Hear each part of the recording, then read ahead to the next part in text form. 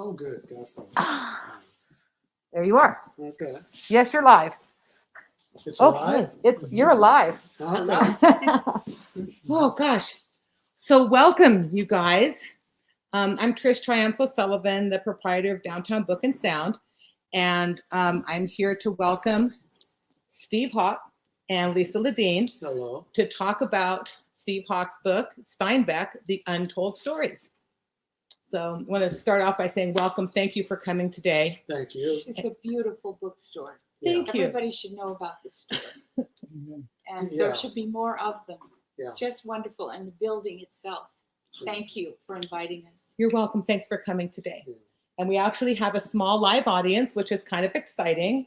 I've asked them to be very quiet. No, Oh, just kidding. no. So, but thank you guys for being here today. We really appreciate all of you. So Steve, I wanted to start off by asking you a little bit about yourself. Mhm. Maybe you could tell us where you're from originally and what got you here. I was born in St. Louis, Missouri, and I went to the University of Missouri for 3 months and got bad grades. So I hitchhiked to California. I called my parents from New Mexico and ended up in Los Angeles and went to junior college there, UCLA Extension. Was there 3 or 4 years. Got married. Coming north one day, I stopped in Monterey and got a job offer at the Monterey Herald. So came up here. One of my first assignments was the Monterey Jazz Festival. And as Lisa will tell you, I'm tone deaf. So that was a really dangerous thing to do. And so I basically reviewed it as drama, and I got through it. The Herald gave me a $25 bonus. So then did a lot of crime reporting, theater, sports, things like that, and got into Steinbeck slowly. I don't think do you want me to talk about that now? How I got Well, into it? you can talk about that. I'm curious though, but don't you own a gallery as well? Yeah, own a gallery in Pacific Grove, California, called Hauk Fine Arts, and we deal in early and contemporary California art. There were a lot of early California artists in this area that were friends of Steinbeck and family.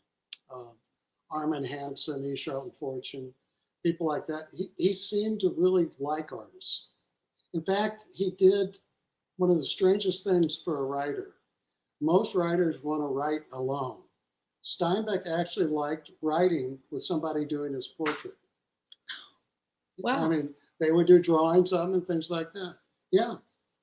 He would say, he once said to Ellwood Graham, they'd just gotten back from Sea of Cortez, and he said, I need to get to work and you guys want to paint, so why don't I sit down and start taking notes, and while I'm doing that, you can do my portrait.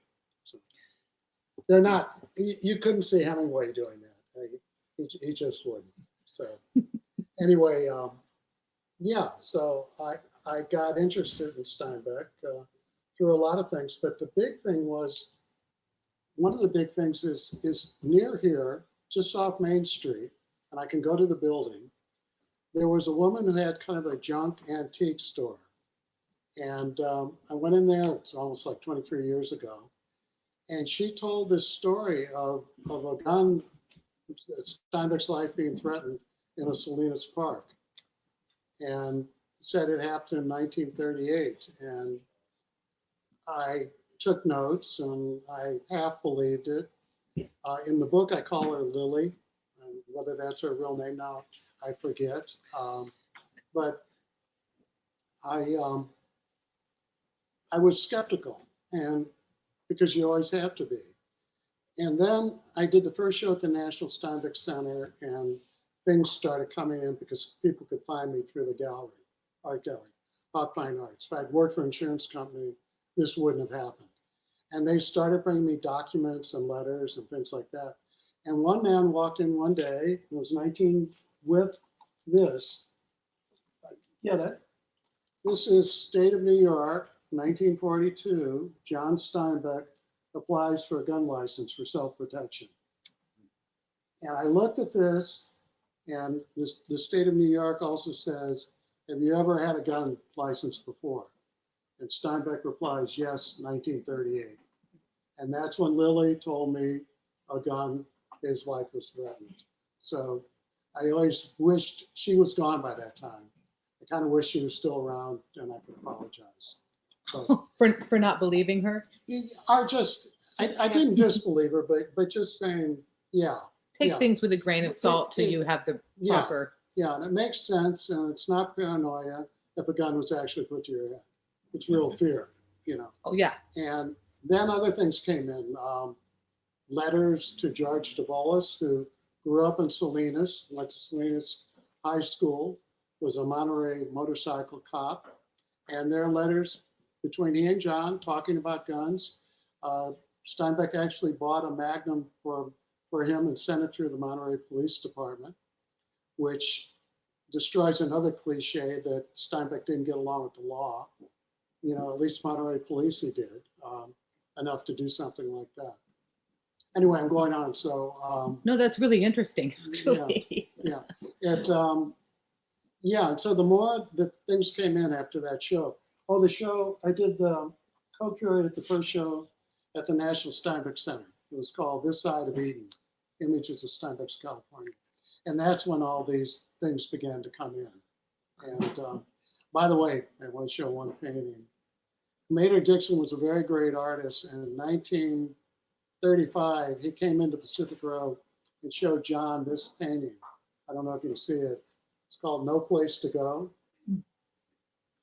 And if you were beginning to write or thinking about a novel called Grapes of Wrath, that would kind of talk to you. You know, it's a guy on the road. And so basically doing this show at the Steinbeck Center opened up the book and to me. And on Lily, it's one of the stories in the book. And I'd like Lisa to read just a segment from it, the story. I just wanted to mention that people still come in with memorabilia and things they found relating to Steinbeck. Yeah. So he didn't really plan to be a Steinbeck specialist, but it's kind of happening. It's Yeah. kind of evolving that way. Yeah, it happened. Yeah. That's cool. Yeah. And if you think about it, biographers come into a town and there are certain names they go to, but they don't know the person that lives on Elm and Third may really know something, you know. Here is the drawing of Lily. Can you see that? Yeah. Jeez.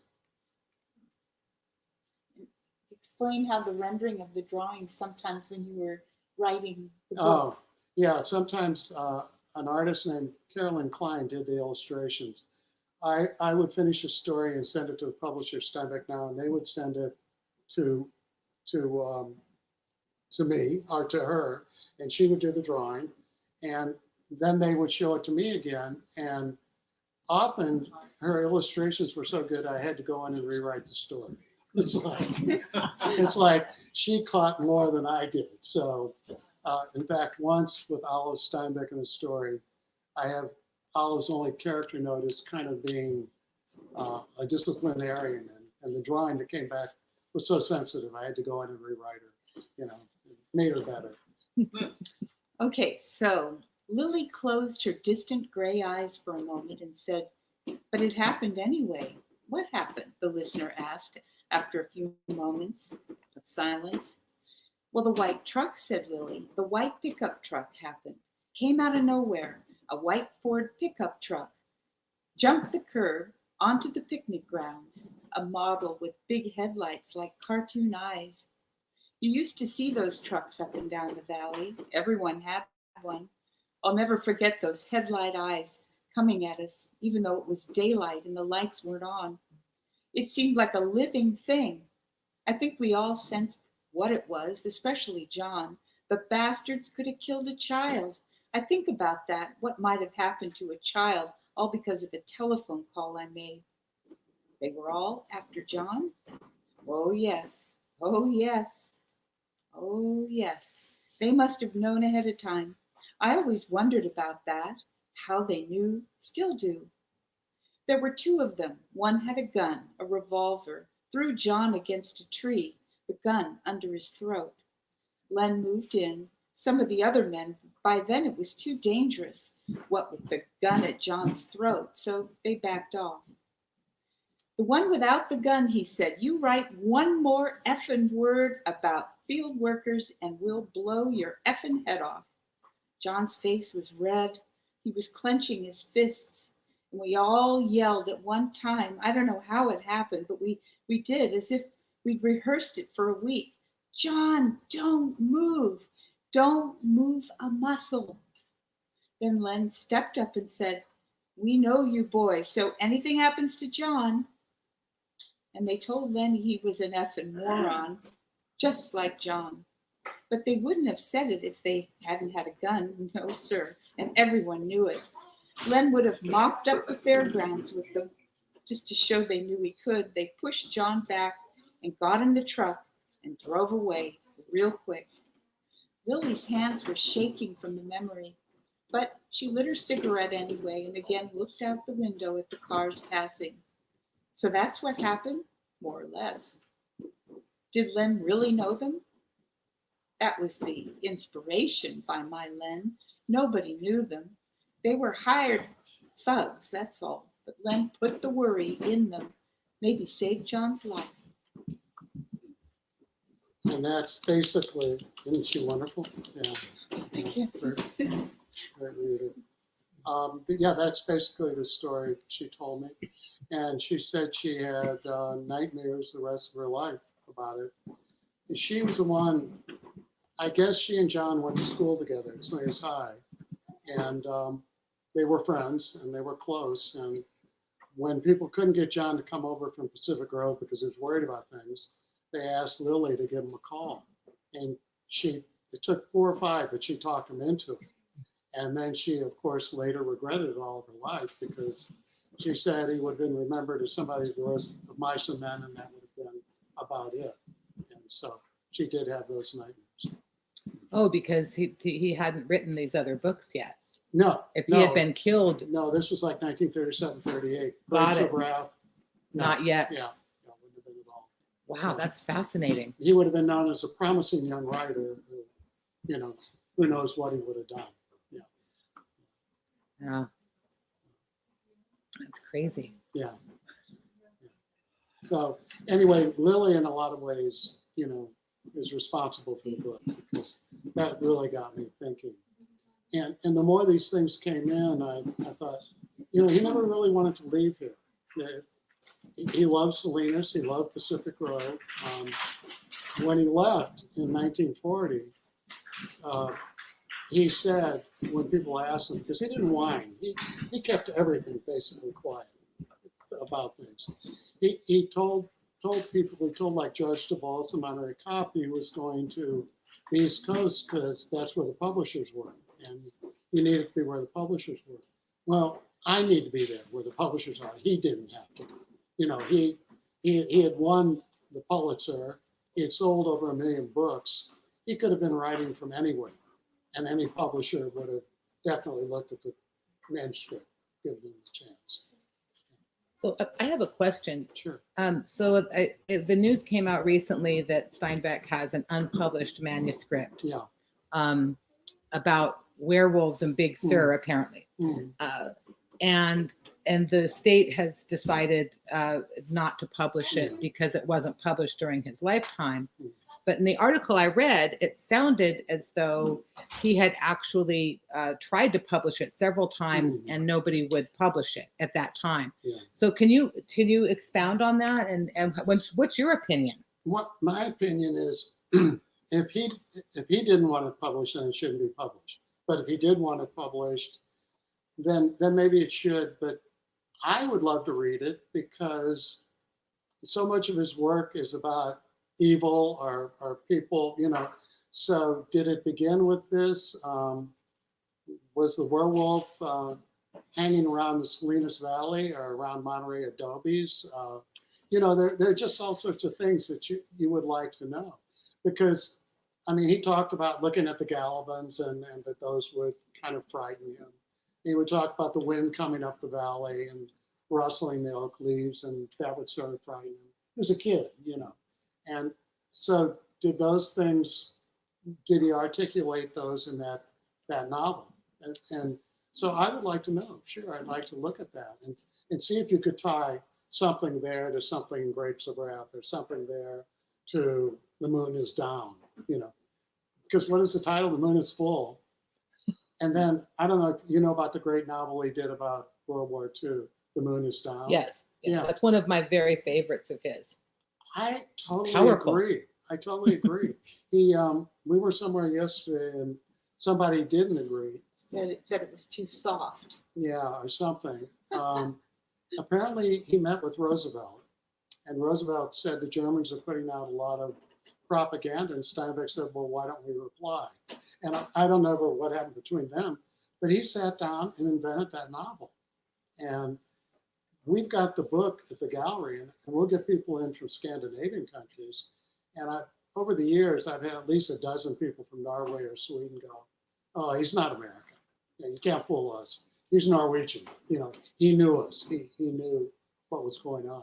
To me, in some ways, that's his greatest feat, because it was translated into about 20 languages, even Middle Eastern languages, and it was published in basements, and people were taking their lives in their hands, and it'd be real papery copies, almost like on newsprint, and it would come out, and if the Germans caught you with it, it could be the end.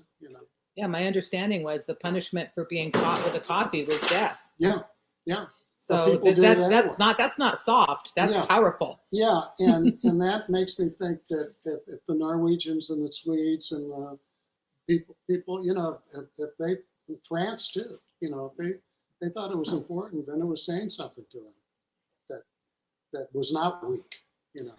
I'm glad you like it. Yeah, It's one of my favorites. I have quite a few favorites, but that's my top three: East of Eden, The Wayward Bus, and The Moon is Down. Okay. And then Cannery Row and Sweet Thursday, and I mean, there's some of his more humorous ones, but and then I guess I have to say the Log from the Sea of Cortez is up there, really high, because we actually, my husband and I had a reading from that for our wedding. Yeah. I mean, that's how important it was to us. I loved Indubious Battle in high school. Yeah, it's great. And I moved to this area when I was about 14, and reading Steinbeck helped me feel acclimated. It made me love the area and feel some personal. I came from Marin County, and that's a great story, because I had read some in high school, but it wasn't until I moved here when I was 22 that I really started reading him, like all of his books. And that really did give me a connection to the area that I had not felt before. Speaking of unspoken connections, he lives in the residential house that Ricketts lives in, and he didn't plan it. No, I was writing about Steinbeck and Ricketts, and I bought the house a long time ago. Pat Hathaway, the photographer, came up, knocked on the door once. In fact, I just said to Nancy that we were probably going to die in that house, and we'd been there forever. And when Pat said, "Did you know Ricketts lived here?" I'm like, "That's it. We're doomed." People are constantly photographing the house. Yeah, tourists. It's very unusual. It has a ceiling that's like a boat turned upside down. Ooh, that's interesting. And Nancy Ricketts wrote about it, and it's in Stanford's got the papers on it. They said it was their happiest house, because when they left the house, the marriage was beginning to end. And Nancy Ricketts told me, she's almost 100 now. And she's still alive. She's in Sitka, Alaska. She's unbelievable. But she was like 4 years old when her parents left the house around 1929. And she remembers that there was kind of a coldness. They were packing things, that something had happened. So she and her brother kind of ran into the walls and did silly things kids will do to escape that kind of feeling. Yeah, I think of Ricketts had a lot of long life genes. So he hadn't been hit by that train, which of course I still wonder about that too. No one ever knows. No one ever knows. Yeah. Well, I know that was devastating for Steinbeck, because they were very, very close. Mm-hmm. I think he kind of blamed himself for not being there. I think it hurt Ricketts in the sense that his marriage had ended a couple years before. he and Tony, that was a woman he was seeing, and she had a child, I think a little girl that had some physical problems and died, and they both were very depressed. And then Tony left and went to Europe. So Ricketts, if that had happened, Steinbeck was around, you always go talk to good friends. That's somebody that can help you get through that. Absolutely. Yeah, and he wasn't there. So maybe that's why Steinbeck felt that. Yeah. It's just really sad. Yeah. So, the first story in this book was inspired by this person, Lily. Yeah. Or one of Or one of them. So the other stories were inspired by people actually bringing you things and telling you stories then? Yeah, and also I traveled a lot. It's like I would go into South Monterey County, and there was a cowboy in San Miguel that ran a place, and he talked about years earlier being around Lake San Antonio or whether the Colón, that area, and he was herding a couple cattle, and this guy came up and bummed a cigarette from him, and he figured out that was a phony bum, because when they sat down to talk, this guy pulled a pack of cigarettes out of his pocket, and they talked about being a cowboy for a couple hours, and Bo didn't think anything about it at the time, but then he started seeing Steinbeck's picture in newspapers, and so he had been a cowboy, so he always fancied that he was the inspiration for Slim in Of Mice and Men. And it's a nice thing. And he had a junk store. I think it's one of my favorite stories in the book. It's called Slim, and I first met him just wandering around the county, and he would chain smoke Marlboros. There were ashtrays all over the place. There was sometimes a beautiful woman there. Women loved him. He was very dramatic. He coughed a lot from the smoking. When I would say anything to him, he said, something will get you. He said, smoking won't get me. And I would come down every 4 to 6 months, and I would stop there. And about the fourth time I came down, I walked in, and he was piling objects, tools, or something like that. He sold everything, picked up things at yard sales and sold them. But anyway, he was piling these things up, and I looked around and I realized something was strange. The air wasn't full of smoke, and there were no ashtrays. And I said, what happened? Why aren't you smoking? And he said, I've been given 2 months. And he said, oh, yeah, we want to read that. No, keep going. Okay. He said that about 3 weeks before he started coughing, Lisa's I talked about this once at a woman's lunch, and people were having lunch. It was a terrible thing to do.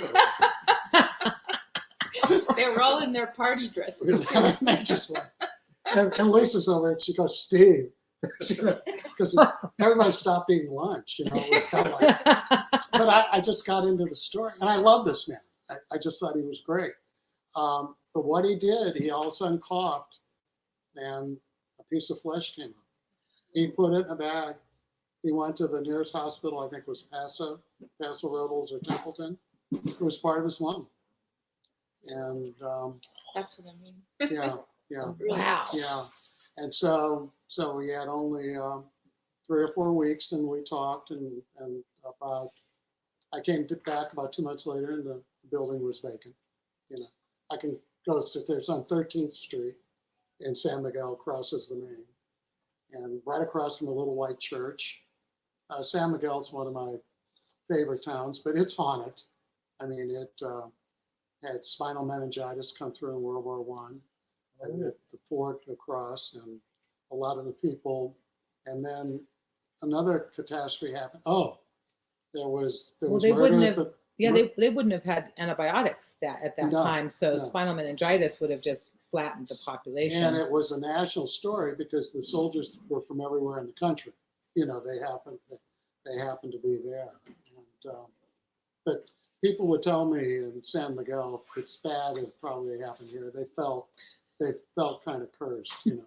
Well, there was a horrible murder at the Mission. Here I go again, in like 1887.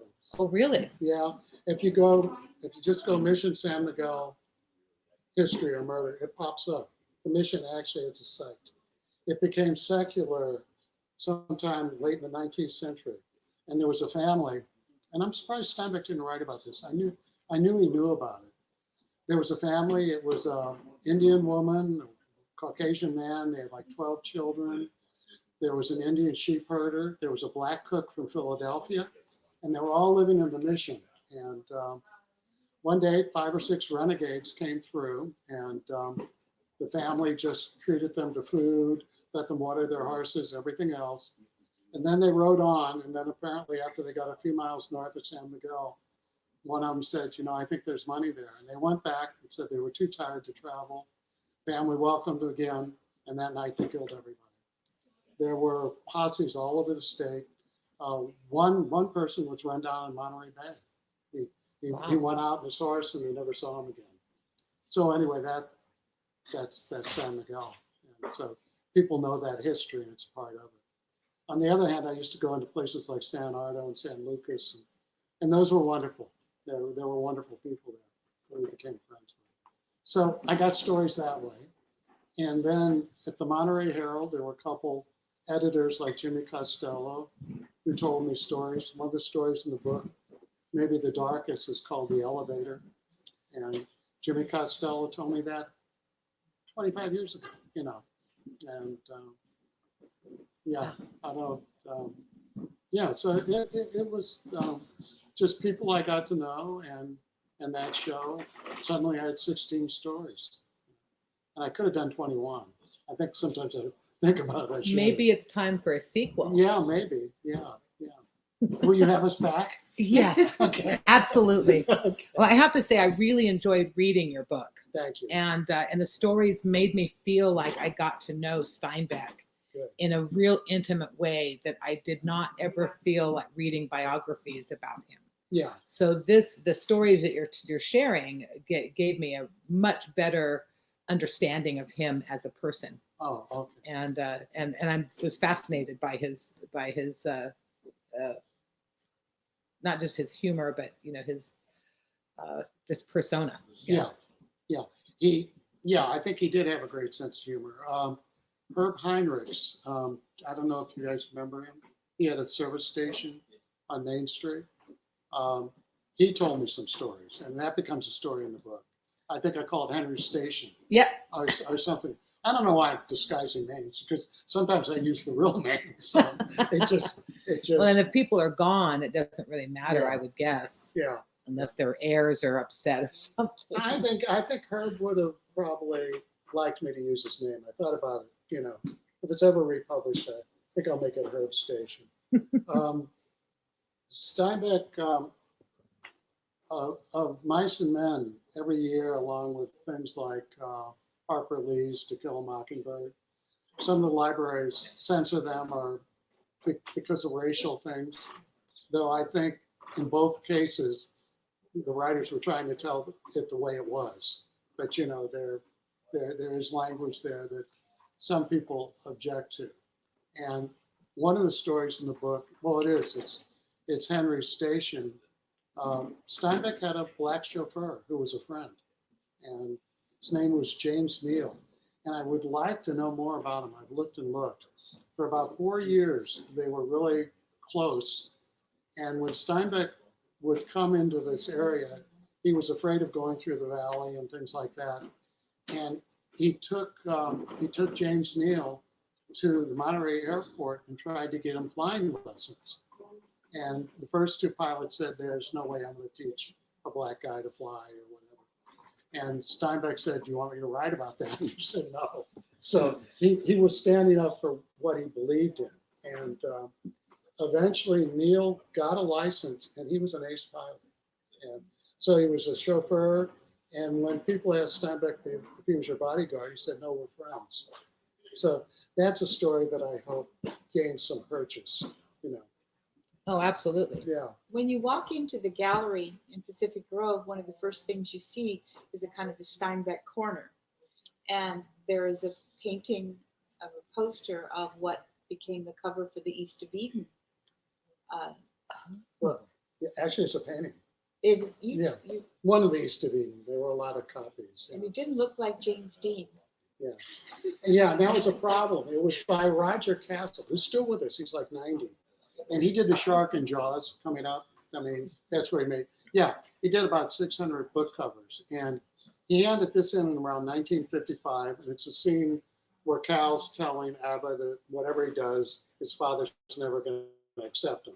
And so Cal's kind of looking down and Abba's looking at him, trying to be sympathetic. And apparently Castle handed this in to Viking.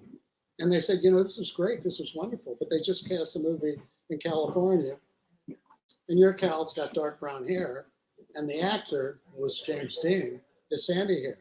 So could you take this home back to your studio and change the color of his hair?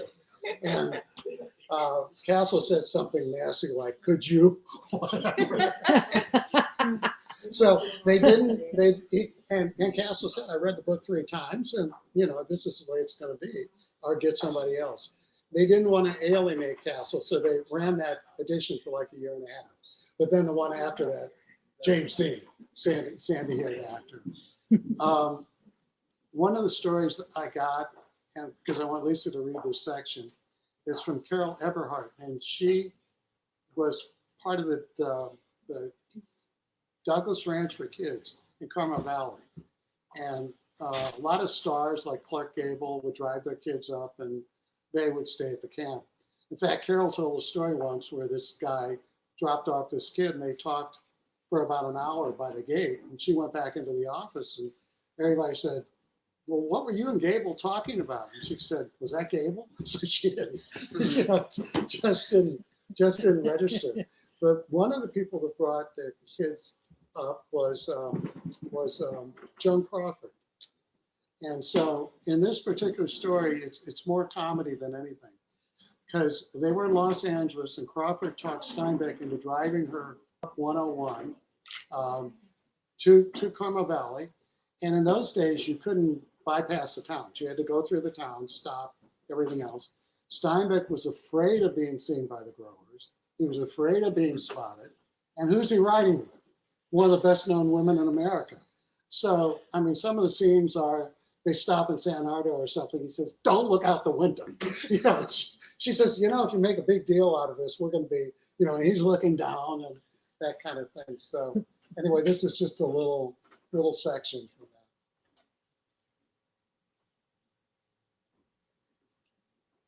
The deeper they drove into the valley, the more John feared being recognized. He'd grown a goatee and gained weight, but few who'd known him would not recognize him by his luminous eyes.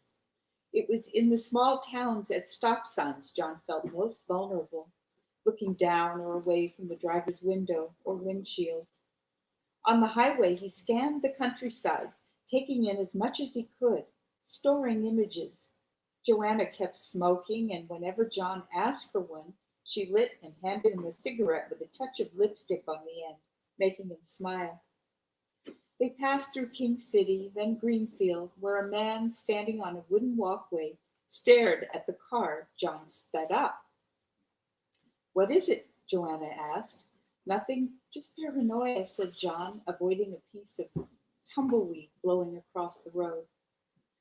It's a big, pricey car, she said. Except for the growers, most of these people are dirt poor. You should expect them to stare at it. As a kid in Texas, I stared at big cars because I wanted one. Who was inside, I didn't really give a damn, still don't. They became quiet.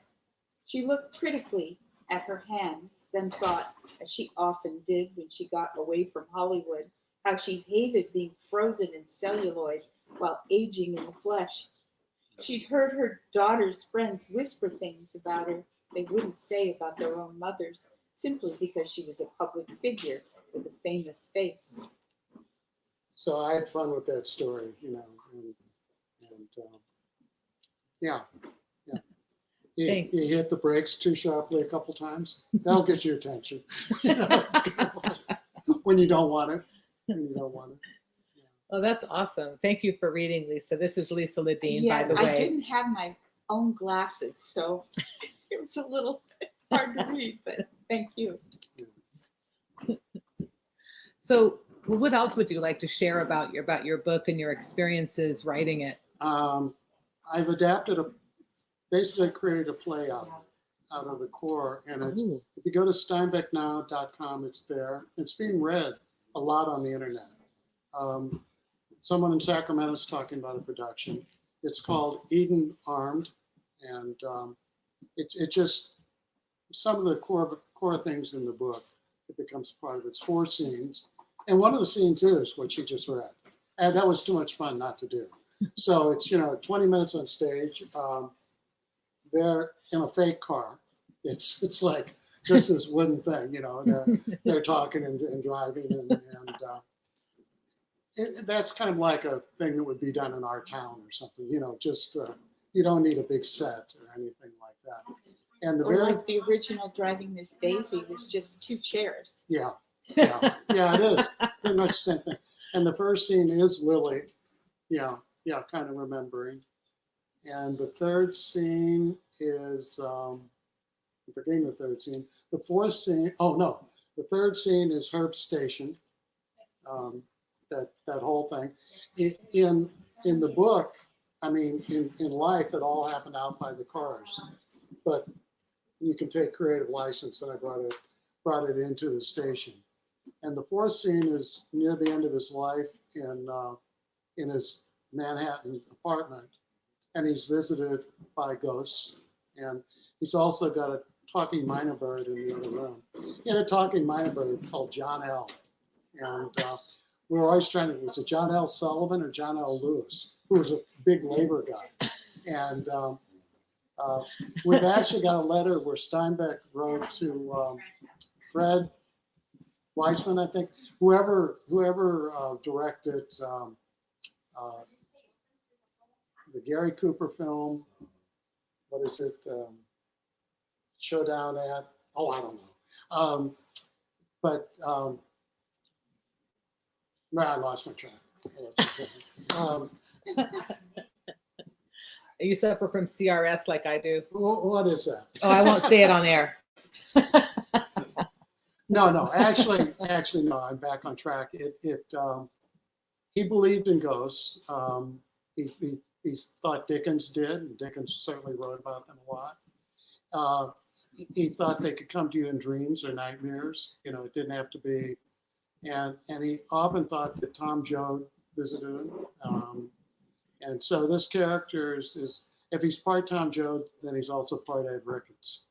Everything kind of derived from there. And so the last thing. Oh, and so with the minor bird, John L. Tom Steinbeck told me once. I like Tom. He was great. That he said Dad really got away with one. It was Fred Zinnemann. He directed High Noon. High Noon. Yeah. And he said he really got away with one with Zinnemann. He said, my dad loved that minor bird, but it threw seeds all over the living room. So Steinbeck. Anyway, the bird ended up in Hollywood, and so probably did pretty well. So the scene is a tape recorder, Steinbeck, a ghost, and a minor bird. So I had a lot of fun with that. So, That's great. yeah. So are you still interested in collecting stories about Steinbeck? Sure. I don't think it's ever going to end. Yeah. It's ongoing. You need to start. People come in. Keep writing. Yeah. The gallery is a storytelling place, like the bookstore. Absolutely. People come in and hang out. Like I call it the cultural barbershop. Sometimes you have to toss them out. Well, one of my favorite stories right now about Steinbeck was that he had contracted the Spanish flu when he was 16 years old. Wow. And he was very, very sick. The parents called the doctor to the house. And when the doctor got there, Steinbeck couldn't breathe. And so the doctor did emergency surgery in his parents' bedroom, same place he was born, and removed a rib in order to drain the infection from his lung. And his lung did bother him the rest of his life. Of course, he did survive and go on to write all these books, but it makes such a strong connection to what the world is going through right now with the pandemic. And so 100 years ago, a little over 100 years ago, Steinbeck was going through the same thing. And he was probably lucky he survived, because a lot of young people didn't. And of course, during the during the Spanish flu pandemic, it really hit young people pretty bad. And of course, back then, a lot of people didn't survive home surgeries either because of infection later on. So, you might have survived the surgery itself, but then got infected and croaked afterwards. But my understanding is his lung bothered him the rest of his life. Has that story been told? It's I read it. It's another example of how this keeps evolving. What you say today maybe come after. To suck it in. I had not heard that story. Yeah, I was researching something else, and that popped up, and I thought, oh my gosh, this is making such a strong connection between Steinbeck's experience and what people are experiencing today. Loss and illness and serious illness where you never completely recover from. And my understanding is that probably that infection when he was young probably contributed to his early death, as smoking as well, but aggravated on top of that. And I think the tension too. I've got a story that's going to appear on Steinbeck Now tomorrow, I think. If you get a chance, go to the website, steinbecknow.com. It's about Steinbeck and William Saroyan, who came out of Fresno, great writer. And they hung out a number of times in Pacific Grove together. In 1940, they would both win the Pulitzer. So I always say to myself, what are the odds of two guys hanging out in Pacific Grove winning the Pulitzer of the same year? But yeah, they were kind of friends. Saroyan turned his down. He got it for drama. And he didn't believe in awards for the arts. And when Steinbeck was asked about it, he said, well, that's Bill's business. It's none of ours. I mean, he just, very, very frank about it. There were 3 S's, Sandberg too. Yeah, Carl Sandburg too. He won it for poetry. So it was Steinbeck, Saroyan, and yeah. How interesting. Yeah. Saroyan was the hottest short story writer in America at that time. And he stopped there in 1936 to visit John.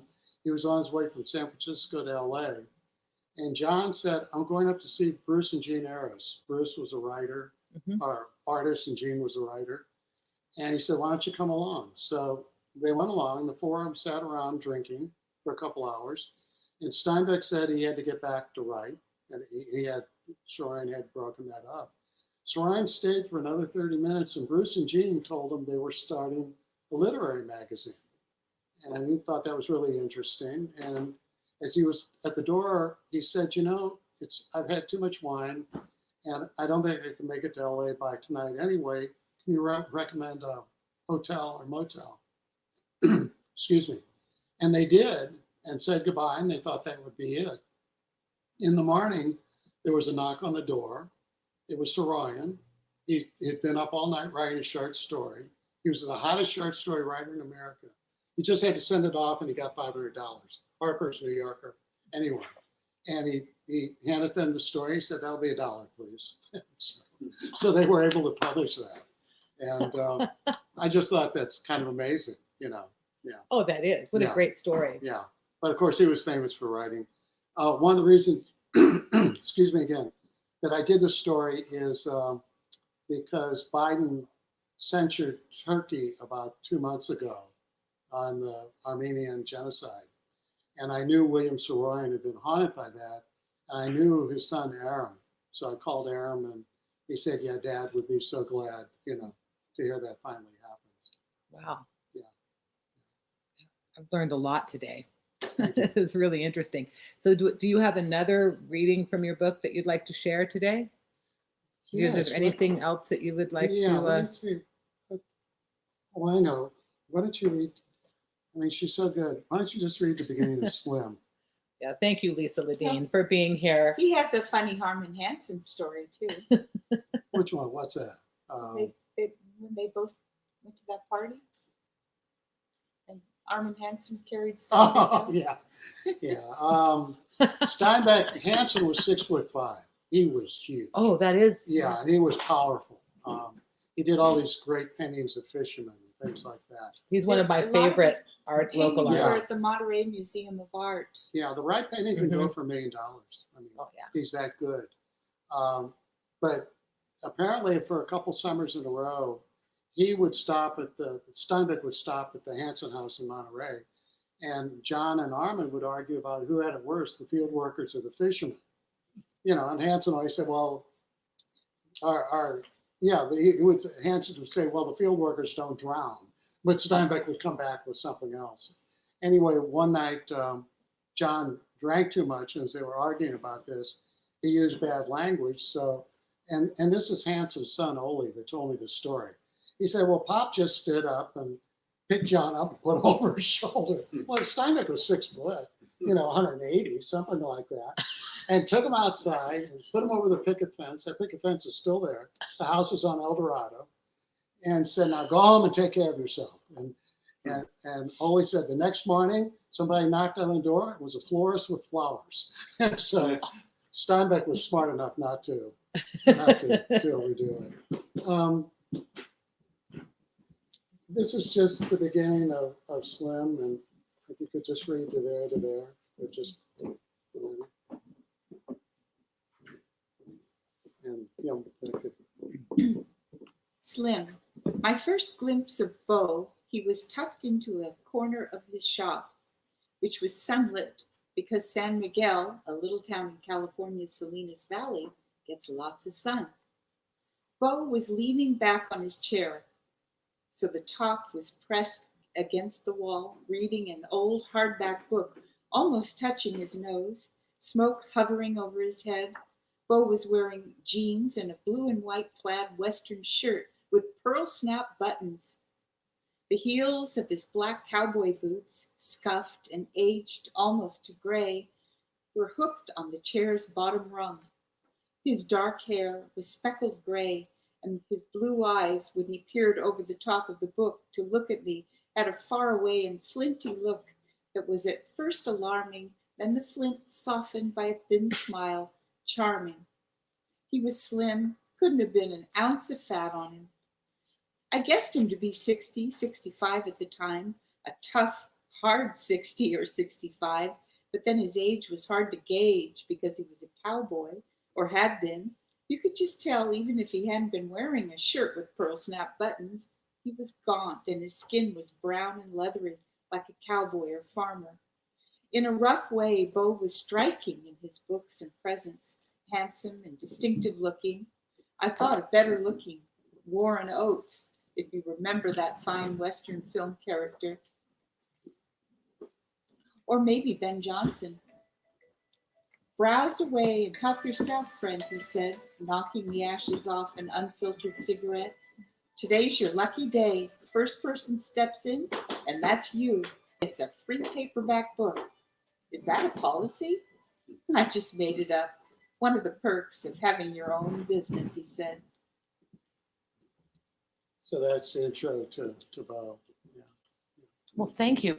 Thank you very much for doing that reading. And I'd like to ask our audience here now if you have any questions for Steve. If anyone has any or comments or anything you'd like to share. Or for Lisa. Or for Lisa.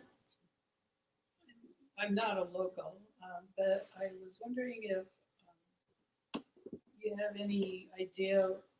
We were just at the Steinbeck Center, and it was interesting that I got the impression that Steinbeck didn't want to be seen, kind of thing.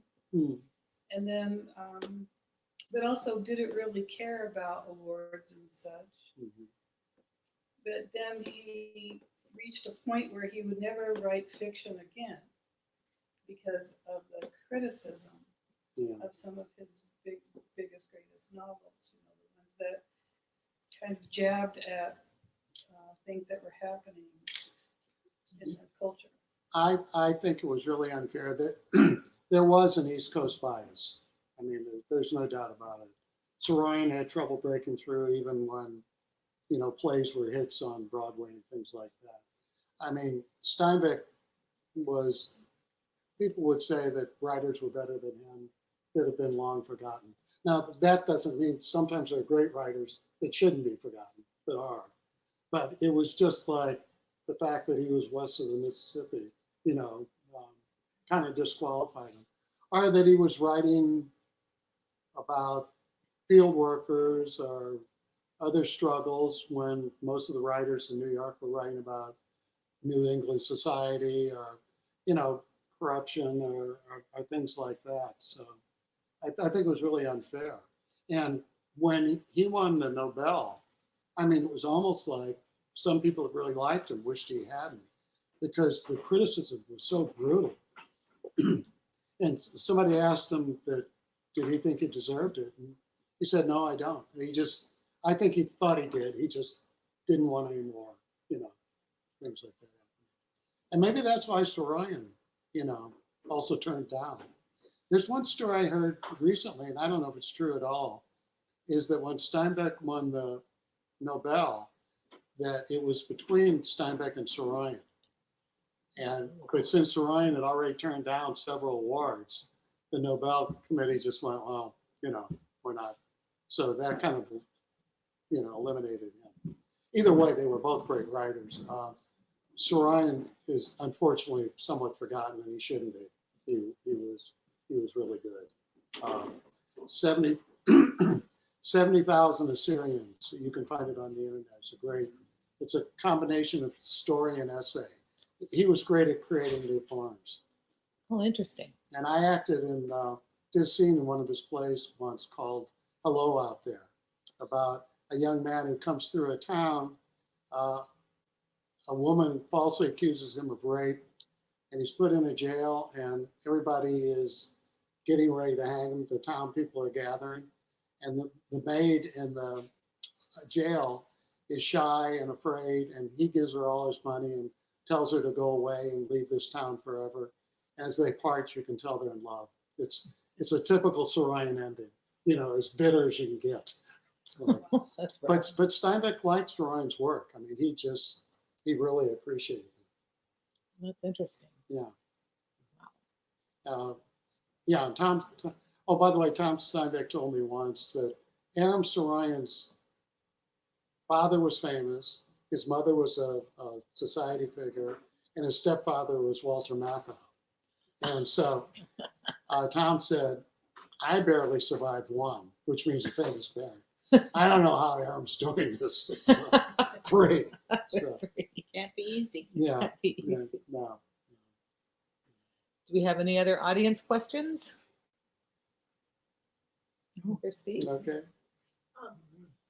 Steinbeck wrote about field workers weren't necessarily of Hispanic descent when he was writing about them, but also about Mexico. Was it the trip he made with Ricketts that kind of introduced him to Mexico, or did he have another connection? I don't know. He loved Mexico. I mean, he went down there 3 or 4 times. I don't know. I mean, he did that, The Forgotten Village, which was made into a film. The book on that, the photographs are wonderful. I've got where he talks about one of these letters that he talks about Mexico. I'll go look at that again. But yeah, no, he loved it. I think he really felt he escaped down through there. I think I heard the Pearl was a story.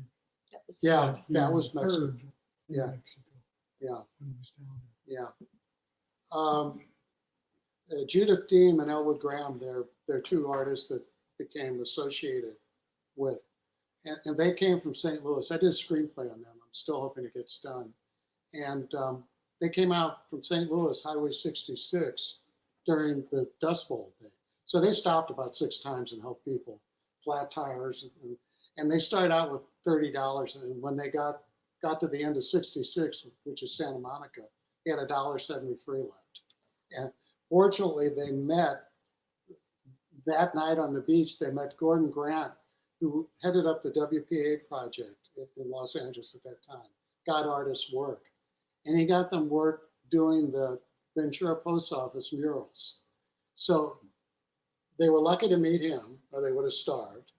Then they're doing these murals a week later, and it shows people picking oranges, but they all look happy and things like that. And they hear a deep voice behind them go, "Oh God, kids, if only people could really find work and it was that easy." And they turned around, it was Steinbeck and Ricketts on their way to Mexico. Then you made me think of that. And they had stopped at the post office to post something, and so they told Ellwood and Judith, if you're looking for a place to settle down, come up to the Monterey County, which is what they did. Wow, what a great story. Yeah, I know. That's just the first 10 minutes of the screenplay. Well, let's I'm hope. just trying to get them to do it. Judith ended up, they both did portraits of him. Judith is at the Martha Heasley Cox Center for Steinbeck Studies, and Ellwood's is missing. And it would be worth a fortune. So we need to keep an eye open Yeah, for it's Ellwood's portrait of somewhere around. Steinbeck. Yeah, and his of Steinbeck looks really out there, like he's trying to juggle all these things. And Wow. I hear Steinbeck didn't like it, so maybe got rid of it. But John Huston did like it and tried to buy it at one time, and I'm told Steinbeck stopped that. So Well, that's unfortunately. interesting. Yeah, so it's probably gone. No, it's probably in somebody's basement. There probably is. We'll be keeping an eye in estate sales locally for all these famous artists that knew Steinbeck. Yeah. We kind of traded stories too, because before I worked for KEZU, I worked at KBach and I did history minutes, and I did stories about Aaron Copland's music for Steinbeck's The Red Pony, little vignettes that we had in common.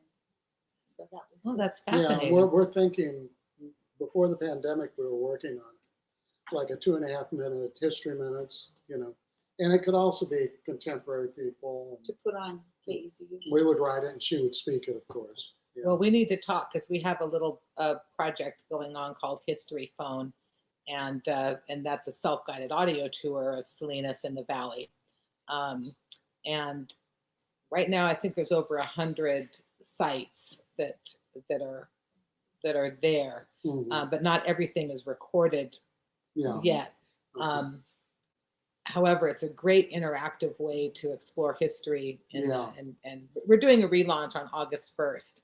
So we'll have Okay. some banners and stuff up around Salinas, but I'll send you a little note about it. Sure. I picture little audio postcards when people are driving and listening, and here's something local and it's a story and they get engaged. And that's a fun way to engage people of all ages with the past and to get a feel for what our community is about. Yeah.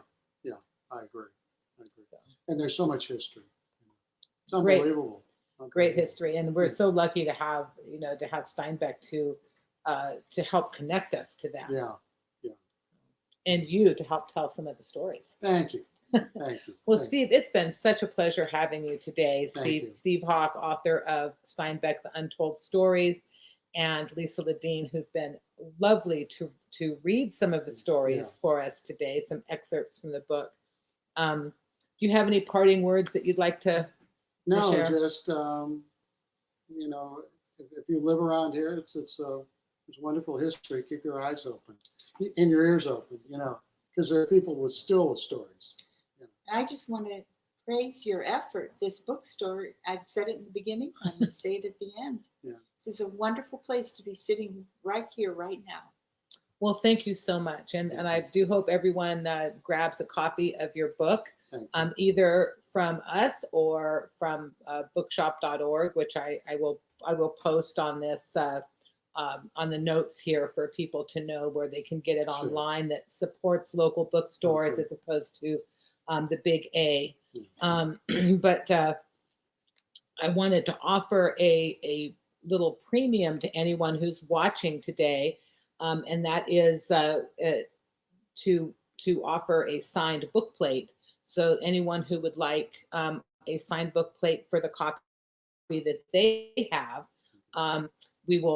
Downtown Book and Sound will mail it for free anywhere in the U.S. So anyone watching from anywhere in the U.S. that would like a signed book plate to put in their book, and of course, if they come here, they could get one too. But it's a way for people to participate who do not live locally. Yeah, it's a good idea. So thank you again for Thank being you. here today. Thank you, folks, for joining us. This is our first actual live audience book event, author event in a year and a half, over a year and a half. All right. Okay. So this is a little combo, but I think from now on, we're always going to live stream our events as well, because I think it's a way to make it accessible to so many more people out there. So once again, thank you. Thank you. And thanks for your patience. And Oh, we're love looking it. forward to your next book. Love it. Love it. Thank you.